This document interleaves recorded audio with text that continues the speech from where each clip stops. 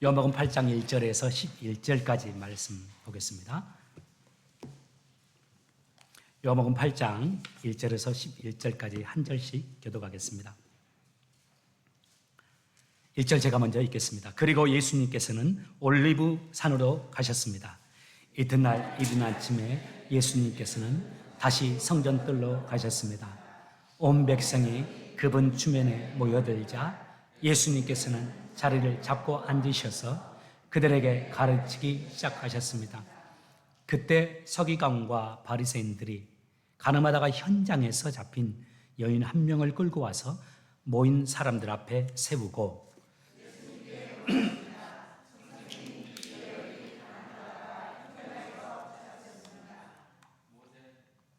모세는 율법에서 이런 여자들을 돌로 쳐 죽이라고 우리에게 명령하였습니다. 그런데 선생님은 뭐라고 말씀하시겠습니까? 그들은 예수님을 고소할 구실을 얻기 위해 이렇게 시험한 것이었습니다. 그러나 예수님께서는 몸을 굽혀 손가락으로 땅에 글을 쓰셨습니다. 사람들이 그 자리에 서서 계속해서 묻자 예수님께서는 몸을 일으켜 그들에게 말씀하셨습니다. 너희 중에 죄 지은 적이 없는 사람이 먼저 이 여인에게 돌을 던져라. 이 말씀을 하시고 예수님께서는 다시 몸을 굽혀 땅에 글을 쓰셨습니다. 사람들은 이 말씀을 듣자 나이 많은 사람들로부터 시작하여 하나 둘씩 떠나가고 예수님과 거기 홀로 서 있는 여인만 남게 되었습니다. 예수님께서 몸을 일으켜 그 여인에게 말씀하셨습니다. 여자여, 너를 고소하던 사람들이 어디 있느냐? 아무도 너를 정죄하지 않았느냐? 같이 읽겠습니다. 여인이 대답하지 주님, 아무도 없습니다. 그러자 예수님께서 나도 너를 정죄하지 않는다. 가거라. 그리고 다시는 죄를 짓지 마라 라고 말씀하셨습니다. 아멘. 예, 자리에 앉으시기 바랍니다.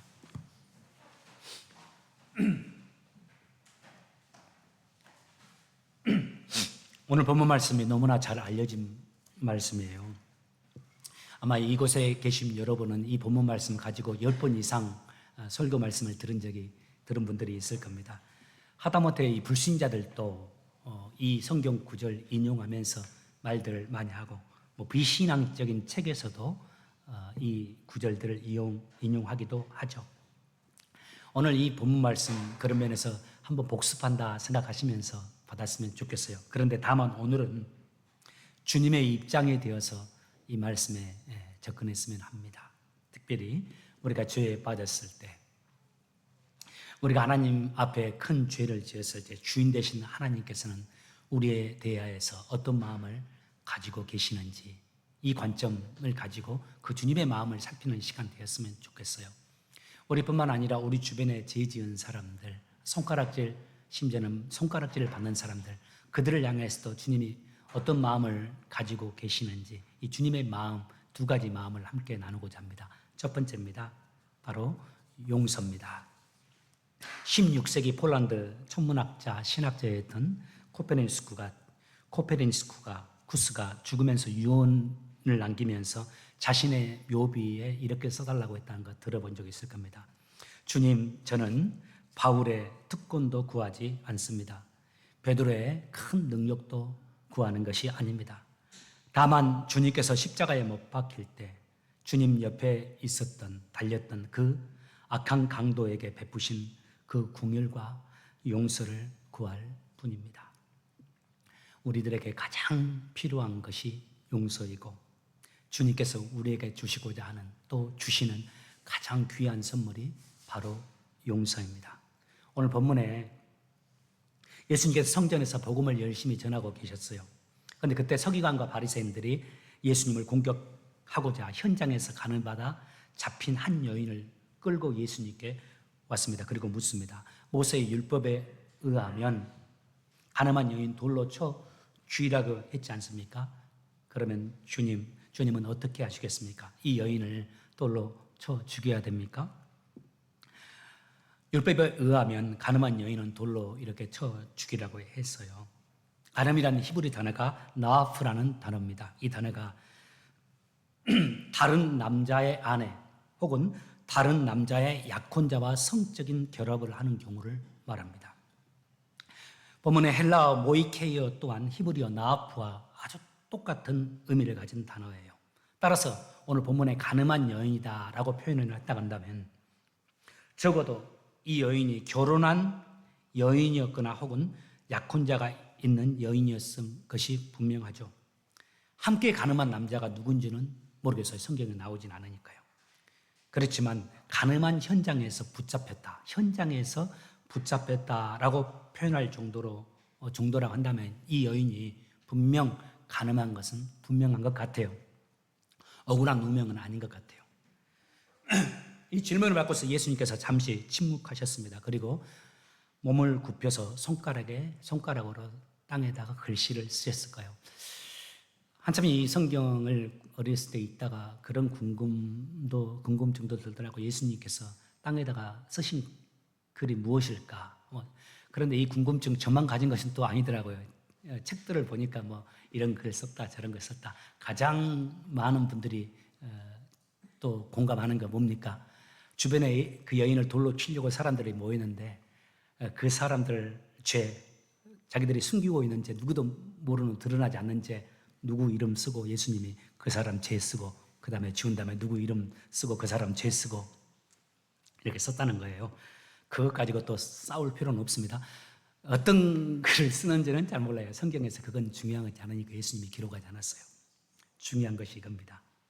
예수님이 그 글을 쓰고 죄 없는 자가 돌로 쳐라 이렇게 말씀하니까 사람들이 나이 든 사람부터 젊은 사람까지 이렇게 다 한 명씩 사라지게 되었어요. 예수님과 그 여인 두 사람만 남게 됐습니다. 그때 예수님께서 그 여인에게 말씀하죠. 10절 11절입니다. 예수님께서 몸을 일으켜 그 여인에게 대답하셨습니다. 여자여, 너를 고소하는 사람들이 어디에 있느냐? 모두가 너를 정죄하지 않았느냐? 여인이 대답했습니다. 주님, 아무도 없습니다. 그러자 예수님께서 나도 너를 정죄하지 않는다. 아마 이 여인이 이곳으로 끌려오기까지 간음으로 인해서 고통을 받을 대로 받았을 거예요. 동네 사람들이 모여서 이 여인을 잡고 지를 끌면서 동네 한가운데 세웠을 겁니다. 주변에 아이들까지 다 이렇게 모여서 그 가늠한 여인의 비참한 상황을 구경했을 겁니다. 여러분, 사람이 죽는 것보다 고통스러운 것이 수치심입니다. 수치심. 그녀의 부모, 남편 혹은 약혼자 모든 사람들이 그녀가 간음한 것을 알게 되었고 간음한 현장에서 잡혀서 사람들 앞에 이렇게 고통당하는 모습을 보았습니다. 그러면 그 여인은 정작 어떤 마음이었을까요? 정말 죽고 싶었을 거예요. 사람이 죽을 병이 걸려도 목숨 쉽게 끊지 않습니다. 암이 걸려도 자살하지 않습니다. 사업 실패에도 여간해서는 사람이 목숨 끊지 않습니다. 그런데 자신의 부끄러우면 누구에게도 드러나지 않는 숨기고 싶은 그것이 사람들 앞에 드러났을 때 사람들이 그 수치심이 일어나서 목숨을 끊잖아요. 우리 정치인들 가운데서도 그렇게 해서 아깝게 세상을 떠나는 사람들도 있고, 저는 이제 연예인들이라든가 다른 사람들 매스컴을 이렇게 가끔 보다가 걱정스러울 때가 많아요. 댓글 같은 거 이렇게 보면 또 이 사람 이 댓글 이런 거를 읽으면은 견딜 수 있을까? 이러다가 목숨 또 끊을 것 같아 걱정이다. 이런 생각이 들 때가 있어요. 수치심이란 게 이렇게 무서운 겁니다. 정죄한 자들이 떠나간 뒤에 예수님께서 말씀하신 것, 나도 너를 정죄하지 않는다. 죄 없는 자가 돌로 쳐라. 다 떠나갔죠. 그 다음에 주님이 그 여인에게 나도 너를 정죄하지 않는다. 주님께서 그 여인에게 베푸신 은혜가 단지 목숨만을 돌로 치고자 하는 사람들에게서 그녀의 목숨만을 구해준 게 아니에요. 이 여인이 그 현장에서 목숨을 건졌다 할지라도 어쩌면 그녀가 스스로 목숨을 끊었을지도 모릅니다. 그 작은 유대 공동체 속에서 이미 가늠한 여인이라고 손가락질을 받고 모두에게 정죄를 받았고 자신의 죄악이 다 드러났는데 평생 그 주홍 글씨를 달고 살아가야 하는데, 그래서 목숨을 건진다 할지라도 어쩌면 그녀는 스스로 목숨을 끊을지도 모릅니다. 주님이 이것을 아시는 분이잖아요, 우리 주님은. 그러니까 모든 사람들에게 너희들도 드러나지 않았지만 이 사람과 같이 너희들도 죄인이 아니냐. 그러자 사람들을 떠나갔고 주님께서 그 여인에게 나도 너를 정죄하지 않는다, 이 말씀을 하신 거죠. 저는 우리가 주님의 이 마음을 좀 알았으면 좋겠어요. 그리고 이 주님 마음 담기를 원합니다. 나에게 죄를 범한 사람들 용서할 줄 알아야 합니다. 그리고 그와 더불어서 또 중요한 거 한 가지가 있어요. 우리 그리스도인들이 이 용서와 더불어서 놓치기 쉬운 것 한 가지. 죄를 범한 이웃에게 용서가 필요한 것뿐만 아니라 나 자신에게도 이 용서의 은혜를 적용할 수 있어야 돼요. 가룟 유다의 인생을 한번 생각해 보십시오. 베드로의 인생도 생각해 보십시오. 이 사람 둘 다 친히 주님의 제자로 주님이 부르신 자들입니다. 그런데 그들의 인생이 어떻나요? 베드로, 주님께서 붙잡혀 십자가에 달리는 현장에 가고 계실 때 닭이 울기 전에 3번이나 주님을 부인했잖아요. 그것도 주님이 사실 예언했어요. 네가 닭 울기 전에 3번 나를 부인하리라고. 그때 베드로가 나는 절대 그렇게 안 합니다. 다 주를 버릴지라도 나 주님 버리지 않을 겁니다라고 했잖아요. 그런데 베드로 별 수 없었습니다. 3번 딱 부인했어요. 그러니까 닭이 울었죠. 그때 주님의 눈과 베드로의 눈이 이렇게 마주쳤단 말이에요. 주님이 밖에 나가서 사람도 없는 곳에서 통곡했다고 그래요. 베드로가 주님을 부인했죠. 가룟 유다는 또 어땠나요? 은 30으로 예수님을 팔았어요. 물론 그 돈에만 눈이 어두워서 판 것은 아닐 겁니다. 몇 가지 복합적인 요인이 있을 텐데요. 베드로나 가룟 유다 둘 다 죄인이고 넘어진 자들이었습니다. 그런데 지금 어때요? 베드로는 기독교 역사상 가장 위대한 사도요, 주님의 수제자로 존경받는 그리스도인이 되어 있어요. 그런데 가룟 유다는 역사 이래 가장 부끄럽고 못났고 저주받는 사람의 대명사가 되었잖아요. 여러분, 이 두 사람의 그러면 이 차이가 어디서 비롯됐을까요? 저는 가장 큰 차이 하나 들려고 한다면 바로 이 용서의 은혜를 붙잡느냐 붙잡지 않느냐의 차이라고 생각해요. 베드로는 수치스러웠지만 진심으로 회개하고 용서하시는 주님을 의지하고 다시 일어나서 제자의 길을 걸어갔어요. 반면에 가룟 유다는 양심에 찔려서 스스로 목숨을 끊음으로 자신의 삶을 마감했잖아요. 만약 저는 가룟 유다가 베드로처럼 자신의 잘못을 인정하고 깨닫고서 용서하시는 주님의 은혜를 의지하며 나아갔다면 어떻게 되었을까 생각해 봅니다. 주님께서 그런 가룟 유다 외면하셨을까요? 네가 나를 팔았으니까 나는 너를 받아줄 수 없다라고 하셨을까요? 아마 진심으로 회개하는 가룟 유다였다면 주님은 그를 사랑했을 거예요. 진심으로 회개하는 가룟 유다에게 주님의 은혜와 용서는 강물같이 그에게 흘러갔을 겁니다. 안타깝지만은 주변에 자신의 실수, 자신의 부끄러운 행위가 드러남으로 인해서 목숨을 끊는 분들이 간혹 있습니다. 저는 진실로 우리들 가운데 한 분도 그런 분이 없길 바라요. 아무리 수치스럽고 부끄럽다 할지라도 그래서는 안 됩니다. 그를 향해서 우리들 모두가 다 응원할 수 있어야 되고, 그가 다시 회개하고 새로운 길을 간다면 그를 내 형제로 자매로 맞이하면서 새롭게 출발할 수 있도록 도와줘야 합니다. 뿐만 아니라 나 자신도 내가 아무리 수치스럽고 부끄럽다 할지라도 목숨을 끊는 일과 같은 길을 가서는 안 되죠. 주님 앞에 진정으로 나아가서 회개하고 다시 일어나야 합니다. 그것이 죄인된 우리를 향하신 예수님의 마음이고 아버지 하나님의 마음이에요. 이 시간 간절히 여러분 소망합니다. 이웃에 대해서도 자신에 대해서도 용서의 은혜를 베푸시는 여러분 모두가 되시길 주의 이름으로 축복합니다.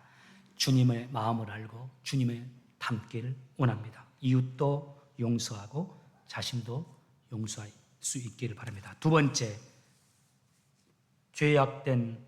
죄악에 빠졌을 때 우리를 향하신 주님의 말씀 같이 한번 11절을 제가 읽겠습니다. 그러자 예수님께서 나도 너를 정죄하지 않는다. 가거라. 그리고 다시는 죄를 짓지 말라. 두 번째는 돌이킴입니다. 우리가 여기서 주목할 점이 있어요. 가늠한 여인을 향해 주님이 말씀하신 거, 용서의 말씀. 나로 너를 정죄하지 않는다죠. 그런데 여기서 끝나지 않습니다. 그 다음 주님이 하시는 말씀, 한 말씀 더 추가하셨어요. 빨간 글씨 밑에 그리고 다시는 죄를 짓지 말라. 한 주석책이 오늘 8장, 요한복음 8장 11절 후반부를 이렇게 주석했더라고요. 제가 그 부분 따왔어요. 만일 누군가 스스로 구원의 은총을 입었노라고 말하면서 계속해서 옛사람의 습관과 죄악을 범하면 그가 진정 구원을 입은 것일까요? 또 만일 나는 구원을 받았고 아무도 정죄할 자가 없다고 말하면서 여전히 그 죄에 거하는 사람이 있다면 그는 주님의 은혜를 경멸하는 자요. 그 은혜가 얼마나 크고 귀한 것인지를 망각하는 자입니다. 중간 생략. 교회는 이런 사람들을 경계하고 징계하여 교회를 죄의 오염으로부터 보호하고 정결하게 유지해야 하겠습니다. 이렇게 주석했어요. 이런 신앙에 대해서 잠언 26장 11절에 이렇게 말을 해요. 개가 그 토한 것을 먹는 것 같이 미련한 자는 그 미련한 것을 거듭 행하느니라. 베드로후서 2장 22절 말씀. 개가 토한 것을 다시 먹고 돼지는 씻은 후에 다시 진흙탕에서 뒹군다라는 속담이 그들에게 들어맞는 것입니다. 그들이 누군가요? 자신이 죄를 지어놓고 주님이 나의 죄를 사해해 주셨으니까 나 괜찮다고 하면서 당당하게 또 그 죄를 아무 서스름 없이 그 죄를 짓는 사람들. 이것은 토한 것을 도로 먹는 개와 같은 모습이다. 또 씻은 후에 다시 진흙탕에 뒹구는 돼지와 같은 모습이다. 이렇게 말씀하는 거예요. 여러분 시골에 사신 분들을 보았나요? 저는 여러 번 보았습니다. 돼지 너무 더러우면은 우리가 호수로 물호수로 연결해가지고 돼지의 몸에 팍 이렇게 한번 씻습니다. 뭐 피하려고 하죠. 상당히 깨끗해진다고요. 근데 그거 몇 시간 못 갑니다. 자기가 쌓아놓은 그 분비물 위에 또 막 부빕니다. 다시 떨어지죠. 개가 토하는 것도 보셨나요? 요즘에 여러분들 애완동물들 좀 키우시는데 그 동물도 좀 토하기도 하는데 시골에서 저는 어렸을 때 많이 봤습니다. 개 토해놓고 자기가 또 먹어요. 그 얼마나 어리석고 더러운 짓이에요. 우리가 죄를 범하고 나서 그 죄 주님이 용서해 주시니까 나는 괜찮으면서 아무 서스름 없이 그 죄를 범하는 거. 그건 마치 이와 같은 모습이다. 이렇게 주님이 말씀하는 거예요. 우리 주님이 죄를 용서하는 분입니다. 우리의 죄를 용서하시고 우리의 죄를 용서하시기 위해서 십자가에서 죽으셔서 우리의 죄를 다 사해 주신 분이에요. 그러나 여러분 이것이 죄를 지어도 된다는 말씀은 아니잖아요. 우리가 죄를 지으면서 당당해야 하고 자유함의 은혜를 마음껏 누리라는 말씀만은 아닙니다. 주님이 우리에게 용서의 은혜를 베푸시면서 바라는 거 이거죠. 다시는 이제 그런 죄를 짓지 말아라. 여기서 두 단어가 본문에서 주목할 필요가 있죠. 첫 번째 죄라는 단어입니다. 주님이 가늠한 여인에게 분명히 말씀하세요. 다시는 그 죄를 범치 말아라. 다시는 그 죄를. 그녀가 행한 것이 간음죄라는 것을 분명하게 주님이 말씀해 주는 거죠. 이게 그녀를 정죄하기 위해서, 그녀를 죽이기 위해서 하는 죄 정죄가 아니라 그녀의 죄인됨, 그녀가 지은 것이 죄라는 것을 알려주기 위해서, 그것이 죄라는 것을 알려주기 위함이었습니다. 두 번째 주목할 단어가 다시라는 단어예요. 저는 이 단어가 좋더라고요. 앞으로는 다시는 그 죄를 반복하지 않도록 해라. 다시는 그런 죄로 인해서 지금 네가 받고 있는 이 정죄, 이 어려움을 받는 일이 없도록 하라는 주님의 말씀이에요. 우리 모두가 완벽한 자들은 아닙니다. 지금껏 여러분뿐만 아니라 여기 서 있는 저도 셀 수 없는 죄를 지었습니다. 생각으로, 마음으로, 말과 행동으로, 글로. 그렇다면 우리가 앞으로는 어떡할까요? 어떠할까요? 앞으로는 완벽할 수 있을까요? 저는 아니라고 봅니다. 교리적으로 조금 차이가 교단마다 차이는 있지만 저는 여전히 우리 또 앞으로 넘어질 가능성이 많다고 봅니다. 아마 그렇게 넘어질 겁니다. 그런데 그런 우리에게 중요한 것이 있는데 넘어지는 것을 너무 당연시 하는 것입니다. 과거의 부끄러운 우리의 모습을 당연히 여기는 겁니다. 이런 모습을 버리는 것이 중요하죠. 우리에게 중요한 것, 이제는 조금이라도 덜 넘어지는 자가 되지 않기 위해서 몸부림치며 사는 거죠. 나의 왜곡되고 부족한 성품, 그리고 성향, 태도, 습관, 말과 행동이 조금씩 변화를 이루며 살아가는 모습. 그래서 과거의 나의 부족한 모습이 다시 반복되지 않도록 최선을 다해서 노력하고 성령님을 의지하면서 성령께서 나의 생각과 내 삶을 붙잡아 주시도록 내가 그분께 나를 의탁하면서 하루하루의 삶을 살아가는 것이죠. 그러면 조금씩이라도 영적으로 성숙하고 자라가지 않을까요? 오늘 본문의 이야기, 가늠한 여인의 이야기인데 여러분, 이 이야기가 그 가늠한 여인만의 이야기 아니라는 거 알 겁니다. 이 이야기가 바로 우리들의 이야기잖아요. 하나님 앞에 부정하고 죄악투성인 우리들의 이야기이고, 그런 우리를 용서하시는 주님의 말씀입니다. 이 악한 우리를 용서하시면서 동시에 우리에게 그 주님이 부탁하신 바가 있습니다. 이제는 그 주님의 사랑을 받은 자답게, 용서를 받은 자답게, 새 생명을 받은 자답게 살기 위해서 노력하라는 말씀입니다. 여러분, 밀양이라는 한국 영화를 보신 적이 있으신지 모르겠어요. 한국에서 참 우리 한국 너무 잘 만들어요. 좋은 영화들. 조심해야 될 영화들도 있지만은 다 유명하다고 좋은 영화는 아니니까. 그런데 이런 밀양 같은 경우에는 참 괜찮은 것 같아요. 저도 좀 이렇게 보았었는데 우리 기독교인들에게는 상당히 뼈아픈 내용도 있기는 해요. 그 이야기 내용 기억하실까요? 한 여인이 수도권에 살다가 자기 고향 가서 자기 아이와 함께 이렇게 살아가잖아요. 근데 한 주변의 사람이 사람이 그 여인의 아들을 납치합니다. 그리고 또 결국 아들이 죽어요. 주인공이 전도연 씨인데 자기 아들, 남편도 세상을 떠나고 아들을 하나 고향에서 키우는데 이 아이까지 이제 납치를 당해서 죽게 됐잖아요. 이런 상황에서 견딜 수 있는 어머니 있어요? 세상 살기 힘들 거면 못 견딜 겁니다. 그런데 이 여인이 너무 힘들게 있다가 전도를 받아서 교회를 가게 돼요. 신앙생활을 하게 돼요.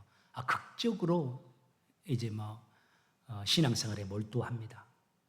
그러면서 이제 이렇게 하나님의 말씀을 받아서 그 아들을 유괴하고 살인한 그 살인자를 용서해야 되겠다는 생각을 하게 돼요. 보신 분들 기억나시죠?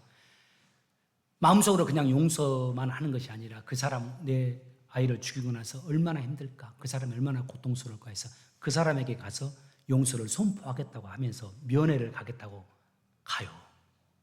용서하겠다고. 그리고 가서 떨리는 마음으로 기다리면서 그 사람을 맞이합니다. 그런데 자기 아들 남치범, 살인범이 어떻게 나옵니까? 활짝 웃으면서 나옵니다. 그분 연기 정말 잘해요. 잊을 수 없어요. 그 죄수가 나오는데, 죄수복을 입고 나오는데 활짝 웃고 나옵니다. 전도연 씨가 좀 이상하다 하지만은 떨리는 마음으로 형제님 너무 힘들어하지 말라고 주님이 당신을 용서하셨다고 나도 그 주님의 마음을 당신에게 전하기 위해서다 그러면서 용서를 선포해요. 그때 그 남성이 반응했던 모습, 그 모습만 딱 짧게 만들어가지고 인터넷에 많이 떠돕니다. 그 밑에 보면 기독교인들 많이 욕하긴 하는데 그 남성이 환하게 웃으면서 이렇게 말해요. 나도 알아요. 주님이 저를 얼마나 사랑하시는지 저를 다 용서해 주셨어요. 환하게 웃어요. 그때 용서를 선포하러 왔던 그 전도연 씨가 표정이 변합니다. 그러면서 밖으로 나가면서 하늘을 쳐다보면서 이제 하나님을 상징하는 거죠. 이럴 수 있느냐. 용서 받은 자의 모습이 어때야 될까요? 저는 이랬으면 얼마나 좋았을까 생각해요. 우리가 그 죄인이었다면 그 앞에서 그녀 전도연 씨 앞에서 펑펑 울면서 내가 너무나 큰 죄를 저질렀다고 너무나 죄송하다고 앞으로 어떻게 사실지 어떻게 당신을 위해야 될지 모르겠다면서 평생 속죄하며 살겠습니다. 평생 또 은혜를 갚으며 살겠습니다 하면서 반응했다면 얼마나 좋았을까. 오늘날 세상 사람들이 우리 기독교인들을 보고서 손가락질 하는 것 가운데 하나가 그거잖아요. 용서받았다고 저렇게 쉽게 또 용서받을 수 있으니까 쉽게 죄를 범하고 나는 용서받으니까 괜찮다. 주님의 은혜는 끊임이 없죠. 제한이 없죠. 그러나 용서받은 우리가 지었던 죄에 대해서 마음 아파하면서 그런 나를 용서해 주신 주님의 사랑에 진심으로 또 감사하면서 자유함도 누리면서 그러나 다시는 그 죄를 짓지 않겠다라고 다짐하면서 살아가는 모습. 주님이 이 가늠하다가 현장에서 잡힌 이 여인을 통해서 우리에게 주시고자 하는 메시지죠. 주님의 제자 베드로에 대한 이야기 잠깐 소개하면서 말씀 마치겠습니다. 주님의 제자 베드로가 주님을 모른다 부인했잖아요. 3번 부인하고 나서 주님의 예언대로 닭이 울었지 않습니까? 전승에 의하면 베드로가 닭이 울 때마다 닭 소리가 나면 자신도 하나님 앞에 울었다고 하잖아요. 새벽닭이 울 때마다 과거 자신이 주님을 부인했던 그 일에 마음 아파하면서 그런 부족한 자신을 이해해 주시고 용서해 주시고 여전히 하나님의 자녀로 삼아 주시고 제자로 삼아주신 그 주님의 은혜에 평생 감사하며 살았다고 해요. 다시는 죄를 범치 말라 하신 주의 말씀대로 다시는 주님을 부인하지 않고 평생 주님께 충성을 다하며 살았습니다. 베드로가. 말씀 마칩니다. 사랑하는 여러분, 주님의 사랑을 잊지 않길 바랍니다. 그리고 우리도 주님의 마음을 닮아서 우리도 이웃도 사랑하고 이웃도 용서하고 우리 자신도 용서하길 바랍니다. 더불어서 한 가지, 용서받은 우리들 이전보다 더 아름답게, 더 멋지게, 더 성숙하게, 더 주님이 원하시는 모습으로 살아내는 저와 여러분 되시길 예수 이름으로 축복합니다. 기도하겠습니다. 주님, 한없이 우리에게 부어주시는 주님의 그 사랑에 저희들 항상 감격하고 이런 죄를 사랑해 주시고 이해해 주시고 용서해 주시는 그 이해되지 않는 한량없는 주의 사랑에 감격하며 살아갑니다. 어떻게 나 같은 자를 이렇게 사랑해 주실까? 어떻게 이런 자를 위로해 주시고 용서해 주시고 인도해 주실까를 생각하며 저희들 진심으로 감사하며 이 땅의 삶을 삽니다. 우리를 향하신 그 주님의 사랑을 저희들 늘 잊지 않도록 도와주시고 혹 형제가 죄를 범하였을 때 혹 우리들이 죄를 범하였을 때 형제에 대하여서도 변함없는 제한 없는 사랑의 손길을 내미는 저희들 되게 하시고 저희들 자신에 대하여서도 우리를 용서하시고 우리를 응원하신 주님의 마음을 알고서 우리 자신도 용서하고 다시 일어나 주님이 원하시는 주님의 자녀의 길을 가는 저희 모두가 되게 하여 주옵소서. 그래서 저희 교회 안에 저희 모든 공동체 한 사람 한 사람 모두가 다 사랑으로만 살게 하시고 용서하고 서로 이해하고 세워주며 살아가는 우리 모든 인생 되게 하여 주옵소서. 주님께 감사하며 예수님의 이름으로 기도합니다.